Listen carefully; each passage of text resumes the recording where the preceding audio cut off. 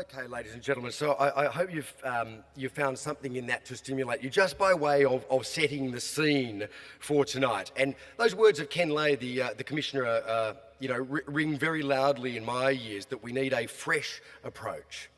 Now, to get a sense of what, one of those fresh approaches might look like, and to establish the cornerstones for tonight and for our ongoing conversations around this, we're going to hear first from Dr. Jackson Katz. Now, Dr. Katz is one of the United States' leading gender violence prevention advocates and an internationally recognised figure in the world of violence prevention. He is the author of the book, The Macho Paradox. And he also co-founded the Mentors in Violence Prevention program in 1993 at Northeastern University's Centre for the Study of Sport in Society. It is the most widely used sexual and domestic violence prevention program in college and in other professional and welfare sectors. Dr. Katz has been here all week and just on a personal note, I'd like to thank him for everything he's done this week. The Victorian Women's Trust, amongst other people, have worked Dr. Katz like a beast of burden. He's been blogging from his bed, ladies and gentlemen. In a strictly metaphorical sense, we've really got a pound of flesh out of him, and I'd like to introduce him right now. Dr. Jackson Katz.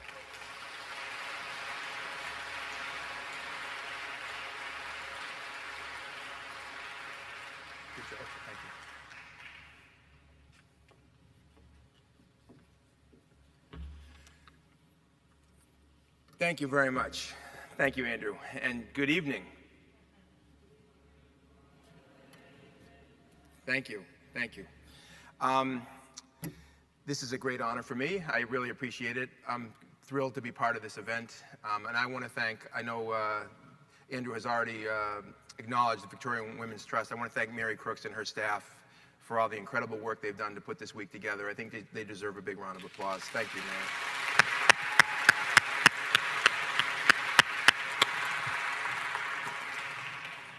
It's very important when men do the kind of work that we do, that Andrew does, that myself and Michael and Paul and other men in this room and beyond in Australia and around the world. It's really important when men do this work, especially when we have the spotlight, especially when we get acclaim for that we acknowledge that none of it would be possible without the leadership of women. And women have been at the forefront of all of this work in the domestic violence field, in the sexual assault field, in the sexual harassment field, in the sexual abuse of children field, here in Australia as well as all over the world. Women have been and will continue to be the leaders in all of this, and it's important that we honor and recognize that. Having said that, we're focusing on men, and we're focusing on the fresh approach that needs to happen, which is to say we need a whole lot more from men on these issues.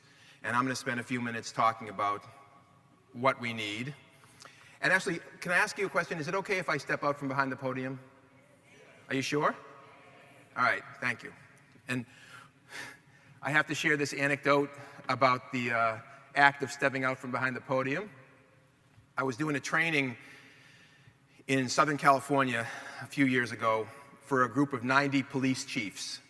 And they were about 97% men, and they're powerful people, police chiefs of major cities throughout Southern California, and I had a 3-hour workshop time with them, which is a great opportunity, to be quite blunt, for me. And I was behind the podium at the beginning, and I could sense a little stuffiness in the room, and so I said, do you think it might be okay if I step out from behind the podium? And one of the chiefs yells out, yeah, it makes you a better target. And so it didn't start off that well. But I have to say, in fairness, that it went fine. It went fine, it was in good humor, and it all worked out. But I sense a little more warmth in this audience than I have in some other occasions.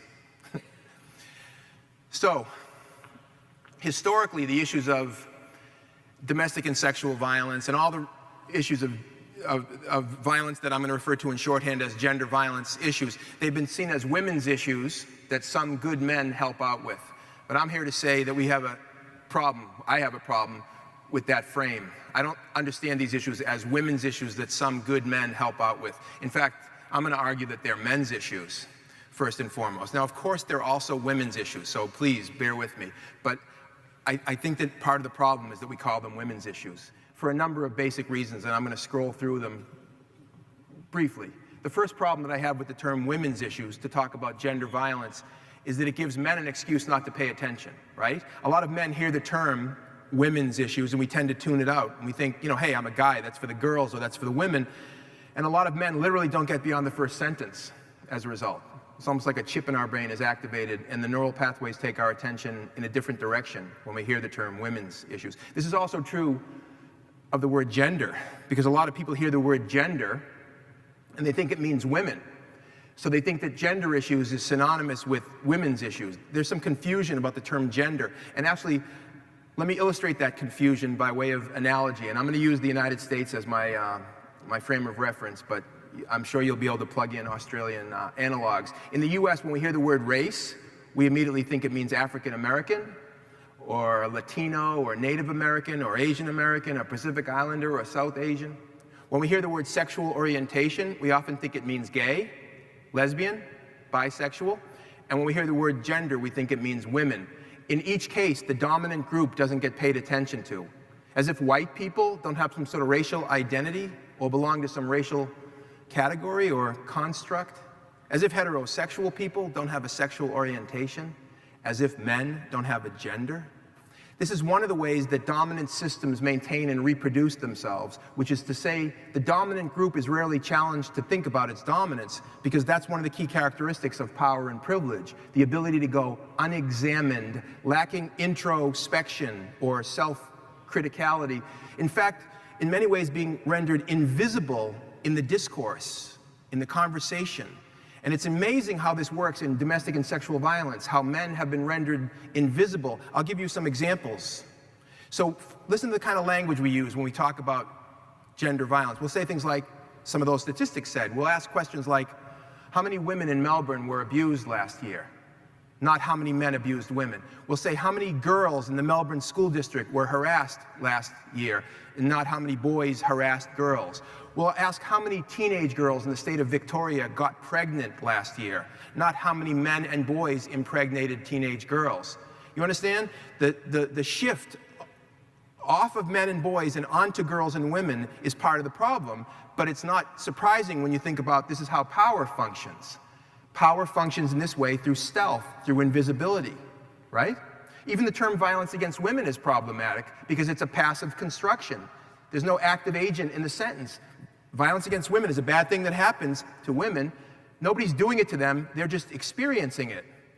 But if you insert the active agent, in this case it's men, there is women's violence against women. I appreciate that. There's lesbian battering, there's, you know, mother to child, or mother to daughter, you know, child abuse. There's forms of abuse that is perpetrated by women, there's no doubt. But the vast majority of violence against women is done by men. That's just a flat-out fact, and it's not a debatable point. The vast majority of violence against women is done by men, and yet you wouldn't know that from the phrase violence against women, because men aren't even in the phrase, right?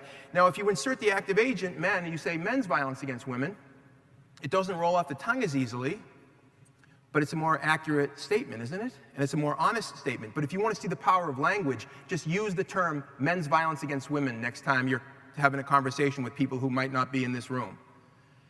And see them squirm, and see them get all uncomfortable, and in some cases get defensive. What are you saying? All men are rapists? What are you saying? All men are violent? I'm not a violent man, and it's not fair to say men, you know, it's like some men, yeah, not all men, right? All you said was men's violence against women is a big problem, which it is, indisputably. So I travel around the United States and around the world. And I speak at a lot of conferences, right? Domestic violence and sexual assault conferences. And still, in 2012, who do you think shows up disproportionately at these conferences? It's mostly women. I mean, there are men, and there's a growing number of men, but it's still mostly women. And you know, I'm one of the men at these kinds of events who are often approached by women who will congratulate me for being there. And I can speak for other men in the work, here in this room as well as around the world, men who do the kind of work that we do, who get this congratulations, and I can say that a lot of us feel just embarrassed to be congratulated. Okay, I appreciate being appreciated. I'm not going to lie about that, but it's embarrassing to be congratulated for doing what we know men should be doing. And if we could get to the point in our societies where there's a domestic violence conference and 50% of the people there are men, and nobody remarks upon that fact. There is a sexual assault conference and 50% of the people there are men, and nobody says, whoa, how did this happen? Sexual assault conference, half men. Then guess what? We'll have arrived at a society with radically reduced rates of domestic and sexual violence. Because it'll be expected in that society, it'll be a social norm in that society that men interrupt each other, that men challenge each other, that men make it uncomfortable for other men who are abusive towards women. And not just on the physically and sexually assaultive end of the continuum, but in a range of ways, men will interrupt and challenge each other. And they'll make it such that when a boy or a man in a given peer culture disrespects women or treats women and girls with anything other than full respect, they will lose status within their male peer culture. They will not make it with their mates. They will not be seen as just another bloke. They'll be seen as a guy with problems, who needs to be challenged, who needs to be helped, but who does not need to be ignored, and he certainly doesn't need to be congratulated for proving his manhood by hurting people around him.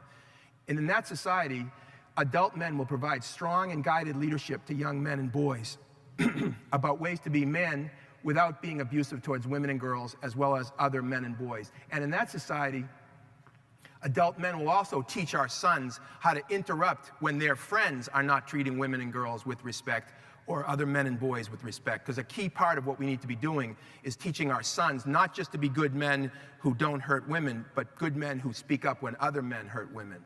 Because we have so much silence in our cultures from quote-unquote good men. We have so much silence from good men that needs to be broken.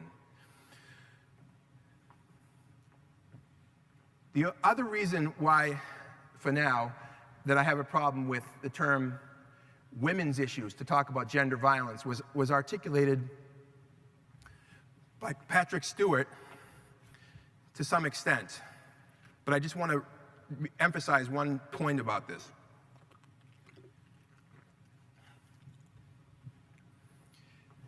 The issues of gender violence are profoundly personal for millions and millions and millions and millions and billions of us men. Not just one Patrick Stewart here or this person there who has a bad experience. It's pervasive. Every single man in this room has women and girls close to us who have been assaulted by other men. Every single one of us has women and girls close to us who have been assaulted by other men. And I could say this in any room in Melbourne right now. It doesn't just because of this gathering is not the reason why I can say that. This is a mathematical certainty. And those of us who don't have women close to us, which I think all of us do, have women close to us who have been directly assaulted, have women and girls close to us who on a daily basis order their lives around the threat of sexual and other forms of violence from men, because women in Melbourne and in Sydney and all throughout Australia, to be honest with you, in wealthy and not so wealthy and poor communities all throughout, order their daily life with this mental checklist of things that you do. Don't go, look in the backseat of your car before you get in. Have a man's voice on the voicemail. Don't take a first-floor apartment. Constantly looking over your shoulder. Not taking night classes in university because it's dangerous at night. I mean, there's a million things that women do on a regular basis because the threat of sexual violence hangs in the air for women, doesn't it? And this is true in the States, of course. It's a pervasive reality. So it's personal for us, but it's also personal for us men because we care about women. It's also personal because we care about ourselves, and we care about men, and we care about our sons. And in the domestic and sexual violence field over the past generation, we've been talking increasingly about the effects of these crimes on children, right? All the children growing up who are being traumatized by what an adult man is doing to their mother, and perhaps to themselves and their siblings. Well, the category of children who are traumatized by domestic and sexual violence includes not only girls, but it includes boys, doesn't it? You know how many boys are growing up in these families? Next time somebody says it's anti-male to speak out about domestic and sexual violence, say, what about those boys who are growing up, who are being traumatized by what an adult man is doing to their mother and themselves? Is it anti-male to speak up for them? No, it isn't. It's the opposite. It's an act of solidarity with those boys. It annoys me to no end, the men's rights types who say that it's anti-male to challenge men's violence. It's not. It's in the best interests of men, and it's certainly in the best interests of boys and our sons, to whom we have a great responsibility, in addition to the women and girls to whom we have a great responsibility. It's personal, yeah, it's personal. It's personal for all of us. And I think one of the reasons why it's important to talk about the personal side is, one reason is because it's important to acknowledge men's humanity, and it breaks down some of the tough guy posing. By the way, when I say tough guy posing, I don't mean just blue collar posing. I mean men in suits posing, right? Because there's an awful lot of posing in male culture, and I understand it. But it breaks it down a little bit, and it humanizes us. It humanizes us. But it's also important because there's an awful lot of adult men in our societies who are carrying the baggage of the scars of our own childhoods. Because a lot of the boys who were traumatized as children become, adolescents, and then become adults, and they go out in the world, and some of us make it, and some of us have a position of influence. There's an awful lot of influential men in this room and throughout, Australian society who have these experiences. I just did a training with a group of Indigenous male leaders from throughout the country.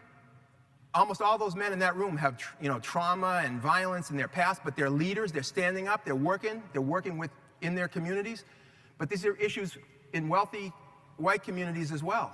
There's an awful lot of men who are in positions as adults to do something about this stuff and to help other families not have to go through what they went through. And if you talk about the personal side, it's one way of connecting with some of those men. That's why it's important. In addition, it's important because I think one of the reasons why so few men have distinguished themselves as leaders in this area, and happily there's some of the men in your community who are in this room tonight who have distinguished themselves, but few men, when you think about the scope of the problem compared to the response, few men have really taken a stand. One of the reasons is because it takes a degree of self-confidence on the part of a man to challenge other men, to stand with women, not against them. On a micro level, within a peer culture, it's not just 16-year-old boys who have a hard time speaking out when they see a bad behavior around them. It's adult men, too. There's plenty of adult men in positions of institutional authority who have peer cultures, who don't want to really rock the boat. Their friend makes a really sexist comment. They don't want to say anything. It's not just 16-year-old boys. And I believe that if men can feel these issues in our hearts, in other words, if we can make an emotional connection to the subject matter, like this could be my sister, my daughter, my mother you're talking about here, my wife, then more of us are going to find the courage to speak up and challenge each other and begin to provide the leadership that's been missing. And by the way, I'm not talking about reinscribing chivalry. I'm not saying that we need chivalrous men protecting women. I'm saying we need more men with the guts and the courage and the strength to start interrupting other men's abuse. And one of the ways we'll do that is through the personal. It's not the only way, but it's an important way. Now, so I've said and I've argued that these issues should be considered men's issues. In addition, I think they should be considered leadership issues for men. And I want to explain that. What do I mean when I say leadership issues? Well, I think if a man is a leader, and leadership is broadly defined in his family, in his faith community, in business, in labor unions, in sports, in media, in politics, in education. If a man is a leader, by definition of that leadership, he needs to know about all of this, and he needs to figure out how to use his platform of influence and his sphere of influence to speak out and create a climate where this abuse is unacceptable. Not because he's a nice guy helping out the women, but because he's a leader, and we expect that of our leaders. If we could get to that paradigm shift, the world would change very quickly, wouldn't it? If we could get to that paradigm shift, the world would change very quickly. And I want to share with you a little sort of distinction between sensitivity, the concept of sensitivity versus leadership. Because a lot of people have some confusion about, like, we need more men who are sensitive. I was at a dinner a number of years ago, and a woman asked me, she said, "So how long have you been working with the United States Marine Corps?" I'm sorry, she said, "How long have you been doing sensitivity training with the United States Marine Corps?" And I think she thought she was being clever. And I said, with all due respect, I don't do sensitivity training with the Marine Corps. I run a leadership program with the Corps. And I know it was a bit pompous, my response, but the meaning is, I think, real, which is to say, we don't need more sensitivity in men. We need more leadership in men. They could be sensitive or insensitive. I don't care. I care about how they lead. I mean, I wish they would be more sensitive. But It's about leadership. In the United States, and I work extensively in the athletic world, in the professional athletic world, and the university athletic world in the States, and I've been working with the AFL now for 6 years. In the athletic world in the States, when a professional coach or manager of a professional team makes a racist comment or a sexist comment or a homophobic comment, there'll be conversation in the sports talk radio world and on the sports blogs about, does he need sensitivity training? And other people will be saying, oh, you're just too politically correct. He just made a stupid statement. Move on. What's the big deal? You know, let's go. He doesn't need sensitivity training, okay? If a manager of a professional organization or a coach makes a racist, a sexist, or a homophobic comment, he needs leadership training because he's being a bad leader. In a gender and racial and sexually diverse society, leaders should not be perpetuating abusive language or behavior. And if they're doing it, they're being bad leaders. That's a paradigm shift when it comes to these issues. Because if we can start saying to men who are in positions of leadership and young men who are aspiring to positions of leadership that this is what is expected of them to be a leader, you need to be going to trainings. You need to know about domestic violence and its relationship to homelessness. You need to know about sexual assault and its relationship to alcohol and drug addiction. You need to know about men's sexually coercive practices as how they interact and lead to the transmission of HIV. You need to know that school success for kids who come from homes with domestic and sexual violence is much more difficult, and many more kids fail in school because they have so many issues that they're bringing from home. You need to know that there's a relationship between gang violence and antisocial behavior on the part of young men, especially young men who have been physically abused, because they're much more likely to become abusive of others, not just of women, but of other men. So guys who are getting in fights after bars, in bars and drinking a lot and getting into physical fights with other men, a lot of those guys are bringing baggage too. It's not just about their violence against women, it's violence against other men. Which leads me to another point, which is important to say in this space. The sexual abuse of boys by adult men is a pandemic in our societies. And it hasn't been talked about enough, but it needs to be talked about. We need to talk about all the boys who are victims of adult men's violence and sexual abuse. It's a big problem. It's a problem here. It's a problem in my country. And finally, we're starting to see some movement on this because more boys and men are finding the courage to come forward using the model that the women in the battered women's movement and the rape crisis movement have pioneered, which is coming forward as victims, right, and survivors of this abuse. And so the boys and men who are coming forward are also strong survivors using that model, and we're starting to talk about it. But we have our work cut out for us, don't we?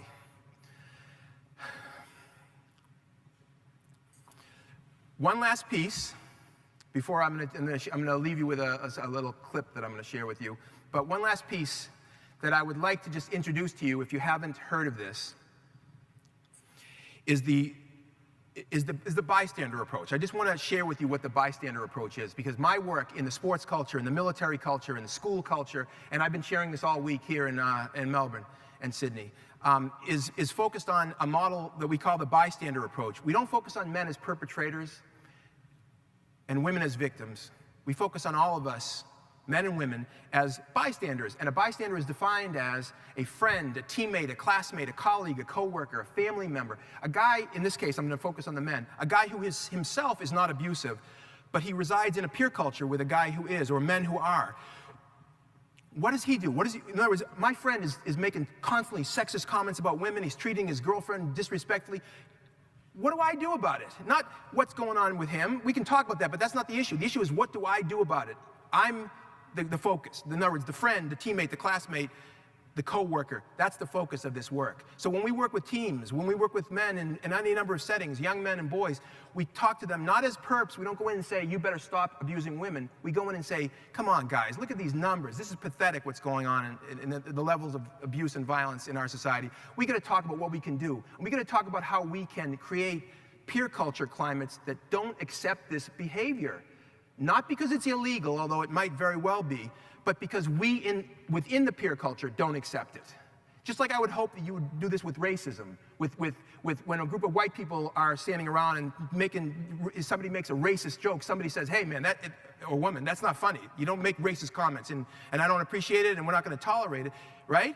Just like if you're a heterosexual person and you're not abusive to gay, lesbian, and bisexual people, but you don't say it, but you don't say anything if a fellow heterosexual person is making a heterosexist comment or treating people disrespectfully, isn't your silence a form of consent and complicity in their enactment of heterosexism? And if you're a man, even if you don't abuse women yourself or mistreat women, if you don't say anything in the face of other men's abuse, isn't that, in a sense, giving consent to the attitudes, beliefs, and behaviors that we know are problematic? Martin Luther King, we're in Black History Month in the United States right as we speak in February. Martin Luther King, one of the great things that he said among the very many was, in the end, what will hurt the most is not the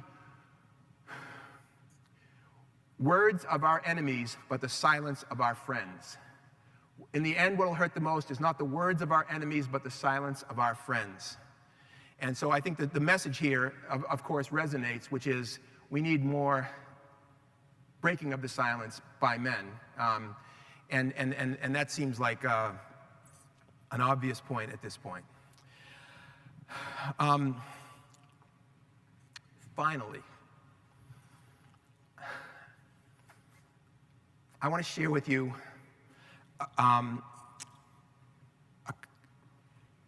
let me just check in on time. I should do the short ones, right? The short clips, right? Okay. I want to share with you something hopeful. I have a couple of brief public service announcements that ran in the States back in the early 2000s that were targeted to men as part of a campaign by what was then called the Family Violence Prevention Fund, based in San Francisco, which is now called Futures Without Violence, because it's trying to be more positive, the name of the organization. And I was a consultant to the campaign, and the idea was, how do you talk to men, adult men, about their and our responsibilities to young men and boys? And that was the nature of the campaign. And I want to preface the clips by sharing another quote with you from another great American of history, Frederick Douglass, a 19th century man who was he was born a slave, and he became an advisor to President Lincoln and an anti-slavery abolitionist leader, and he was a prominent supporter of the women's rights movement in the mid-19th century. So Frederick Douglass was a man who was way ahead of his time. He said, "It's much easier to build healthy children than to repair broken men. It's much easier to build healthy children than to repair broken men." Because ultimately the solution to these problems is not just more offender accountability or more treatment for victims. I mean, all that stuff is important. What we need to do is we need to transform the culture. We need to re-socialize the boys. We need to redefine manhood. We need to lift up definitions of manhood that are strong, but strong because they speak up for justice, not strong because they use their fists or their muscles to enact their will. We need to change the way that we define manhood.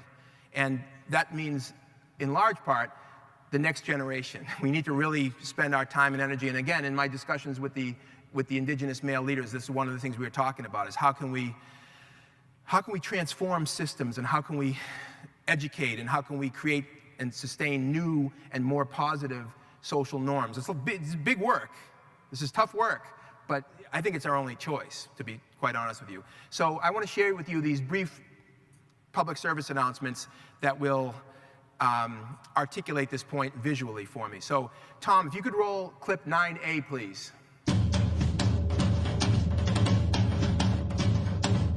You taught him how to hit a baseball, how to hit a receiver, the strike zone, a 9-iron, the net. You even taught him how to hit the open man. But how much time have you spent teaching him what not to hit?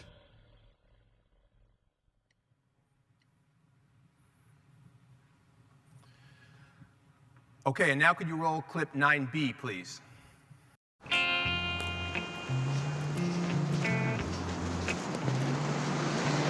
Excuse me.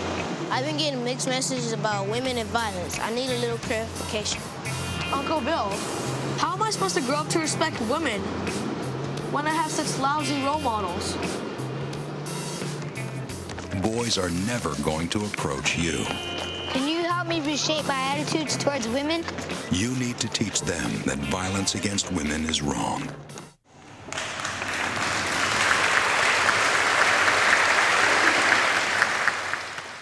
so I hope going forward that more men in this room, and I'm assuming that some of the men in this room I know that some of the men in this room are already involved and engaged, but I'm assuming some are more new to the work. And I know there's a whole lot of men who are not in this room who are good men who haven't yet taken the first step forward and supported, not just financially supported, well, that's an important thing, but supported the work that women are doing, but also the growing work that men are doing. Because we need a whole lot more men. And it's going to take time. It's going to take some, social change does take time. And it doesn't, I'm not saying it's easy for a guy to start standing up about this, but it gets easier each time you do it. Believe me, it gets easier each time you do it. But hopefully, over time, we'll succeed, and men and women working together will create a cultural change such that some years from now, they'll look back to the late 20th and early 21st century and say, whoa, back then the rates of domestic and sexual violence were pretty crazy, but we turned the corner.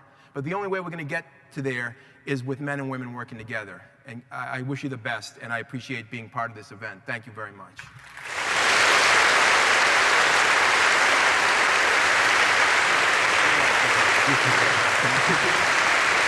Thank you so much, Dr. Jackson Katz.